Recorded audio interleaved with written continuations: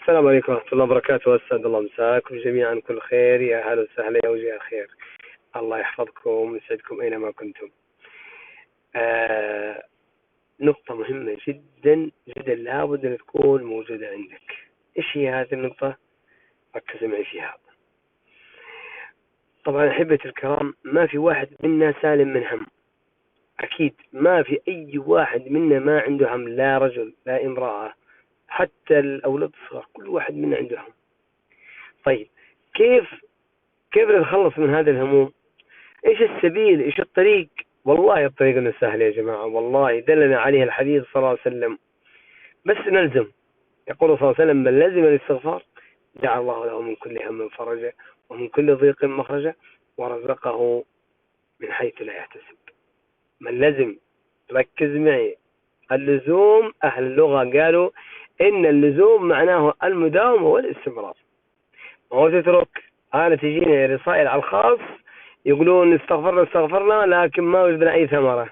طيب يوم أسألهم أقول: طيب ليش؟ كذا سؤال بسيط.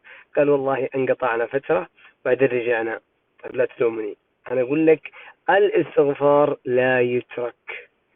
نعم قد يكون قليل لكنه لا يترك. ركزوا معي يا أحباب، ركزوا معي يا أحباب، لا يترك مطلقا، لا يترك. قد يكون يقل لكن لا يترك. أسعدكم الله، الزموه والله إن فيها خير. من لزم الاستغفار جعل الله له من كل هم، وليس هناك أصدق من الله عز وجل. هذا وحي، ليس هناك أصدق من رسول الله صلى الله عليه وسلم.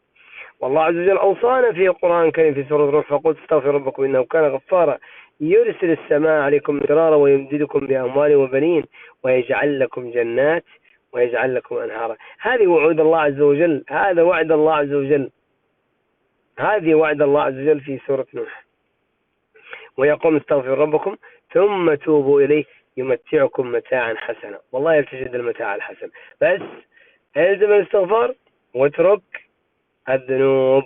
ركز معي، معادلة ترى مهمة جدا. مو بس تستغفر وانت مقر او مستمر على الذنوب، لا ما ينفع يا حبيبي.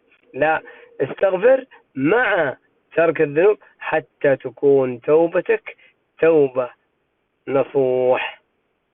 عرفتم؟ ولا تيأس في منتصف الطريق.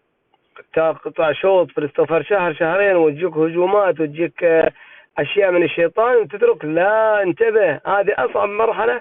يبغى لك تكون فطن وتستمر وتستعين بالله سبحانه وتعالى. السلام عليكم.